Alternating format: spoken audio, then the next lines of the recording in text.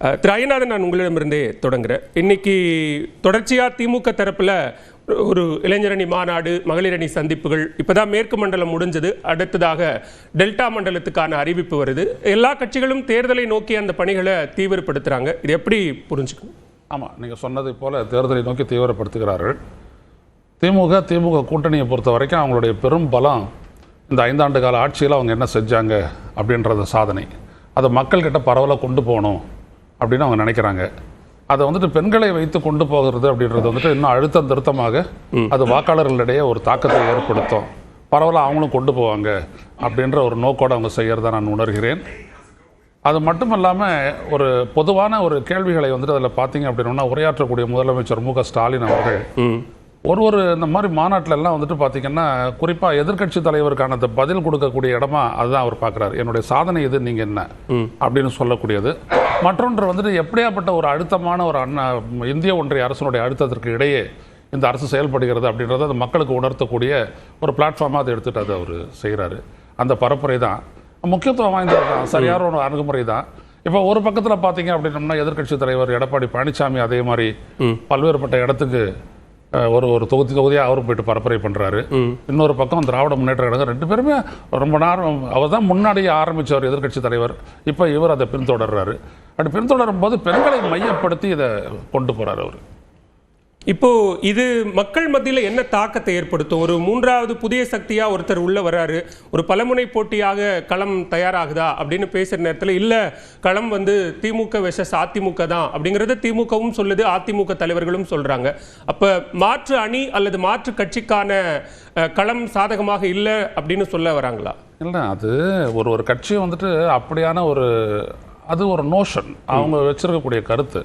ஒரு தனி மனிதரை பொறுத்த வரைக்கும் என்னன்னா, ஒரு அரசு தொடர்பாக அவனுக்கு ஏற்படக்கூடிய ஒரு இம்ப்ரெஷன் தான் ஒன்று ஆன்டி எஸ்டாப்ளிஷ்மெண்ட் ஆர் ப்ரோ எஸ்டாப்ளிஷ்மெண்ட்டாக வரப்போகுது. ஆட்சிக்கு எதிரான அல்லது ஆட்சிக்கு ஆதரவான ஒரு கருத்து. அவன் மேலே என்ன விதமான தாக்கத்தை இந்த 5 ஆண்டு கால அரசு ஏற்படுத்தியிருக்குது.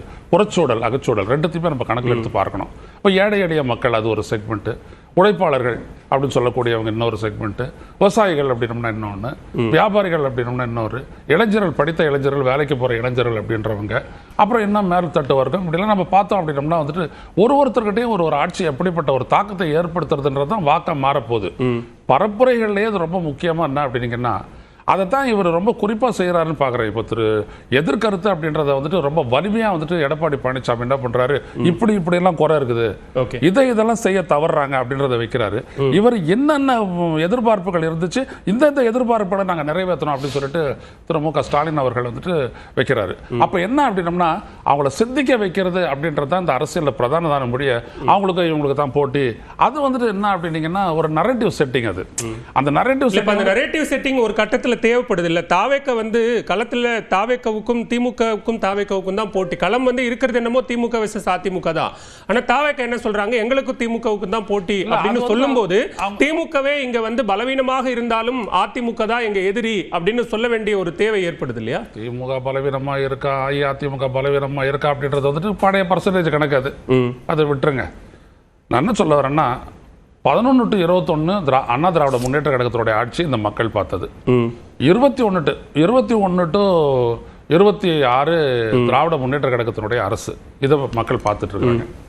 இந்த ஒப்பீடு தான் இறுதியா மிகுந்த நிக்கோன்னு நினைக்கிறேன். ஓகே, ஏன்னா ஒரு அன்ப்ரூவன் பார்ட்டி விஜயனுடைய அந்த தமிழக வெற்றி கழகம் அப்படின்றது என்னன்னா, அவங்க ரொம்ப இம்ப்ரெஸ் பண்ணணும், மக்கள் பத்தியில சிந்திக்க வைக்கணும், இவங்க நம்பிக்கை ஏற்படுத்தணும். அதுதான் ஒரு பெரிய விஷயம். இப்போ ஒரு ஸ்டாலின் என்னன்னா, நீங்க நம்புனீங்க, நீங்க என்ன நம்பி வாக்களிச்சுக்க, நாங்க இதை செஞ்சிருக்கோம் அப்படின்றத அவர் முத்தாய்ப்பா வைக்கிறாரு. இவர் என்ன பண்றாரு, எடப்பாடி பழனிசாமி, நீங்க அதே நேரத்தில் பாத்தீங்கன்னா, உங்க நம்பி இவ்வளவு வாக்குறுதி கொடுத்தாங்களா, அதுல என்னத்தை செஞ்சாங்க அப்படின்றதே ஒரு கவுண்டரா வைக்கிறாரு. ரைட்டுங்களா? அப்ப இந்த அரசியல் அப்படின்றது தான் கடத்துல பெரிய அளவுக்கு எடுப்படும். இவர் என்ன பண்றாரு அப்படின்னா, முடக்கங்களை வைக்கிறாரு. அந்த முடக்கங்களை முறியடிச்சுக்கிட்டு தான் இருக்கிறாங்க. திமுக சார்பா முறியடிச்சுக்கிட்டு தான் இருக்கிறாங்க. இப்ப அண்ணா திமுக சார்பா கொஞ்ச நாள் அதெல்லாம் சொல்லாத இருந்தாங்க. இப்ப அவங்களும் விஜயனுடைய அந்த கருத்துக்களை, அவங்க கட்சிக்காரங்க சொல்லக்கூடிய கருத்துக்களுக்கெல்லாம் எதிர்த்து அவங்களும் சொல்ல ஆரம்பிச்சு. களம் அப்படின்றது எப்பொழுதுமே சிந்தனையை உருவாக்கணும். ஒண்ணு. 2வது விஷயம் என்னன்னா, தாக்கத்தை ஏற்படுத்தி இருக்குதா இந்த 5 ஆண்டு கால ஆட்சி அப்படின்றது எப்படிப்பட்ட தாக்கத்தை ஏற்படுத்திக்கிறது, அது சாதகமானதா எதிரடை ஆகுதா அப்படின்றது தான். அந்த இடத்துல எனக்கு என்ன ஸ்டாலின் வந்துட்டு ரொம்ப இம்ப்ரெசிவா இருக்கிறார் களத்துல அப்படின்னு நான் நம்புறேன். முதற்கட்ட பார்வையை எடுத்துக்கிறேன், தொடர்ந்து பேசலாம். திரு கருணா, இங்க ஒருபுறம் தொடர் தேர்தல்களில் வெற்றி, எல்லா தேர்தல்களிலும் திமுக கூட்டணி வெற்றி பெற்றிருக்கிறது, மக்கள் எங்க மேல நம்பிக்கை வச்சிருக்காங்க அப்படின்னு சொல்ல வேண்டிய இடத்துல திமுகவினுடைய இளைஞர் அணி மாநாடு, உடனே மகளிர் அணி மாநாடு, அடுத்ததாக இன்னொரு மகளிர் அணி மாநாடுன்னு தொடர்ச்சியா இந்த நிகழ்வுகளை நடத்த வேண்டியதனுடைய அவசியம் என்ன? நேயர்கள் அனைவருக்கும் ஆங்கில புத்தாண்டு வாழ்த்துக்கள். அதாவது பிள்ளைங்க பள்ளியில் படிக்கும்போது ஒரு சில பிள்ளைகள் தினமும் படிப்பாங்க. அன்றைக்கி பரீட்சை முடிச்சுட்டு வந்தவொடனே, பள்ளி முடிச்சுட்டு வந்தவொடனே உட்காந்து அன்னன்னைக்கு சிலபஸ் அன்னன்னைக்கு படிப்பாங்க. ஒரு சில பேர் டெஸ்ட் வைக்கும்போது டெஸ்ட் நேரத்தில் படிப்பாங்க. ஒரு சில பிள்ளைகள் தேர்தலுக்கு முன்னாடி தான் அதாவது தேர்வுக்கு முன்னாடி அந்த ஸ்டடி ஹாலிடேஸில் மட்டும்தான் புக்கை எடுத்து தேடுவாங்க. இதுல எந்த பட்டியலில் தினமும் படித்து தினமும் அந்த சிலபஸை கவர் பண்ணக்கூடிய ஒரு ஒழுக்கமான ஒரு பிள்ளையாக திராவிட முன்னேற்ற கழகம் அரசை நடத்தி வருகிறது. எப்பொழுதுமே அப்படித்தான். அந்த ஆட்சி அதிகாரம் கையில் கிடைக்கும் போது அந்த வாய்ப்பை மக்களுக்காக பயன்படுத்துவது, மக்களின் பணிக்காக பயன்படுத்துவது. இப்போ இதை சொல்லும்பொழுது நான் ஒரு சில விஷயங்களை சொல்றேன். தமிழ்நாட்டு மக்கள் முடிவு எடுக்கட்டும். ஒரு முதலமைச்சரை தமிழ்நாட்டு மக்கள் எத்தனை முறை பார்க்க முடியும்? ஒரு முதலமைச்சரை தமிழ்நாட்டு மக்கள் எத்தனை முறை நேரில் பார்க்க முடியும்? கிட்டத்தட்ட எல்லா மாவட்டங்களிலும் 3 மாதங்களுக்கு ஒரு முறை முதலமைச்சரை நேரில் சந்திக்க முடியும். முதலமைச்சர் மாவட்டங்களுக்கு வருகிறார், திட்டங்களை தொடங்கி வைக்கிறார், நடந்து செல்கிறார், மக்களை சந்திக்கிறார், தங்குமிடங்களில் மனுக்களை பெறுகிறார், மனுக்களுக்கு தீர்வுகளை காண்கிறார். முதலமைச்சரோ துணை முதலமைச்சரோ 2 மாதங்களுக்கு ஒரு முறை எல்லா மாவட்டங்களுக்கும் இருக்கும் பொழுது இந்த ஆட்சி என்பது செயல்பட்டு கொண்டிருக்கக்கூடிய ஒரு ஆட்சியாக, திட்டங்களை எந்தெந்த திட்டங்களை அறிவிக்கிறாரோ முதலமைச்சர் அந்த திட்டங்களை கொண்டு போய் மக்களிடம் சேர்க்கக்கூடிய ஆட்சியாக அமைந்து கொண்டிருக்கிறது. அதனால் இந்த ஆட்சிக்கு கடைசி நேர எக்ஸாம் டென்ஷன் அதனால் இல்லை. அதனால் நாங்கள் கிட்டத்தட்ட தேர்தல் பணி என்பது வெல்வோம் 200 படைப்போம் வரலாறு என்ற இந்த தேர்தலுக்கான எங்களுடைய இலக்கை டேக்லைனை எங்களுடைய கழக தலைவர் மாண்புமிகு முதலமைச்சர் கிட்டத்தட்ட 8 மாதங்களுக்கு முன்பே கொடுத்து விட்டார்.